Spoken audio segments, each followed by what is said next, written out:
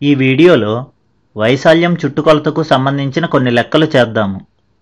ప్రశ్న: A B C D దీర్ఘచతురస్రంలో AB = 8 సెంటీమీటర్లు, BC = 16 సెంటీమీటర్లు, ఏఈ = 4 సెంటీమీటర్లు అయిన ట్రయాంగిల్ బీసీఈ వైశాల్యమును కనుగొనండి.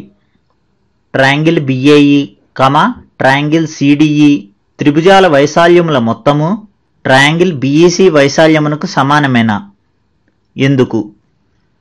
జవాబు: ఈ ప్రశ్నలో ఏబిసిడి దీర్ఘచతురస్రంలో ఏబి =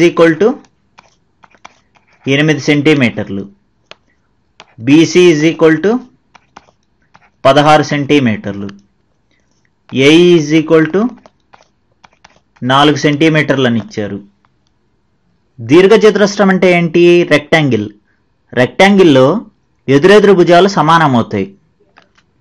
ఇక్కడ ఏబి విలువ ఎంత? 8 సెంటీమీటర్లు. ఏబికి ఎదురుగా ఉన్న భుజం ఏది? సిడి. అంటే దాని విలువ కూడా 8 సెంటీమీటర్లు అవుతుంది. సిడి. అలాగే బీసీ విలువ ఎంత? 16 సెంటీమీటర్లు. మరి బీసీకి ఎదురుగా ఉన్న భుజం ఏది?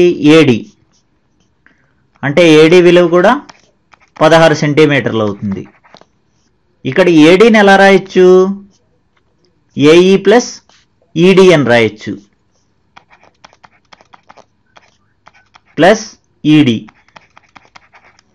= 16 సెంటీమీటర్లు. ఏఈ విలువ ఎంత ఇచ్చారు? 4 సెంటీమీటర్లని ఇచ్చారు. 4 ప్లస్ ఈడి = 16 సెంటీమీటర్లు. ఈ 4ని = అవతల పక్క తీసుకెళ్దాం. అంటే ఎలా వస్తుంది? ఈడి = 16 మైనస్ 4 అవుతుంది. ఈడి = 16 మైనస్ 4 అంటే దాని విలువ 12. అంటే ఈడి విలువ ఎంత వచ్చింది? 12 సెంటీమీటర్లు వచ్చింది. ఇప్పుడు ఈ విలువల్ని పటంలో రాద్దాము. ఈడి విలువ ఎంత? 12 సెంటీమీటర్లు. సిడి విలువ ఎంత? 8 సెంటీమీటర్లు. ఇప్పుడు పటంలో చూసినట్లయితే మనకి ఏబిసిడి అనే దీర్ఘచతురస్రంలో ఒక త్రిభుజం ఉంది. అదేంటి? Triangle BCE. ఇప్పుడు దీని ఎత్తు ఏమవుతుంది? 8 సెంటీమీటర్లు అవుతుంది. ఎందుకంటే ఆ ఎత్తు విలువ ఏబికి లేకపోతే సిడికి సమానం అవుతుంది. ఇక్కడ 8 సెంటీమీటర్లు. ఇప్పుడు మనం ఈ త్రిభుజం యొక్క వైశాల్యం కనుక్కుందాము. ఇప్పుడు మనం ట్రయాంగిల్ బీసీఈని గీద్దాము.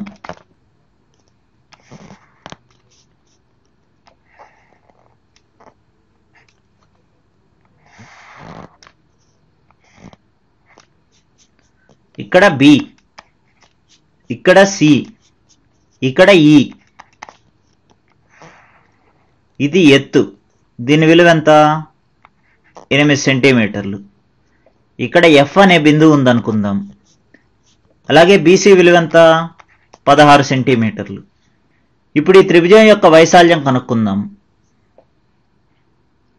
ట్రయాంగిల్ బీసీఈ వైశాల్యం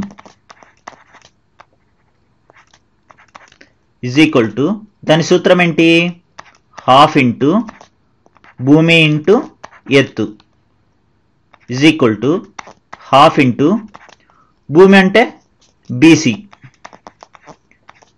ఇంటూ ఎత్తు అంటే ఈఎఫ్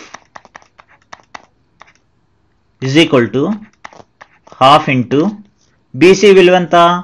16 ఇంటూ ఈఎఫ్ విలువ 8.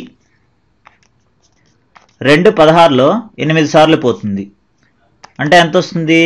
8 ఇంటూ 8. 8 ఇంటూ 8 అంటే దాని విలువ 64 సెంటీమీటర్ స్క్వేర్. ఇది ట్రయాంగిల్ బీసీఈ వైశాల్యం. ఇప్పుడు మనం ట్రయాంగిల్ బిఏఈ వైశాల్యాన్ని కనుక్కుందాం. దానికోసం ట్రయాంగిల్ బిఏఈని గీద్దాము.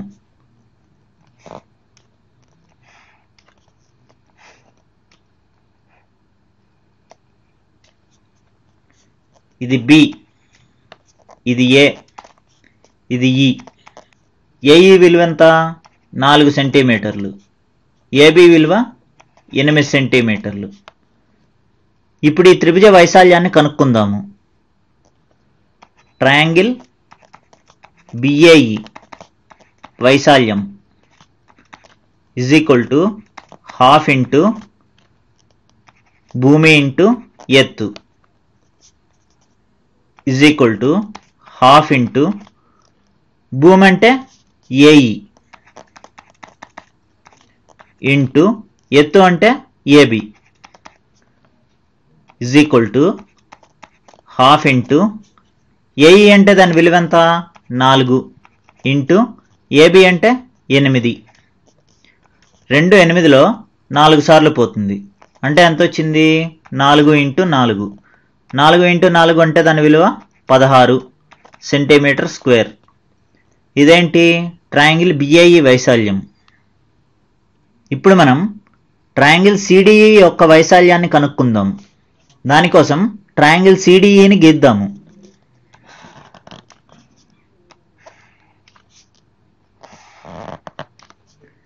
ఇది సి, ఇది డి, ఇది ఈ. ఈడి విలువ ఎంత? 12 సెంటీమీటర్లు.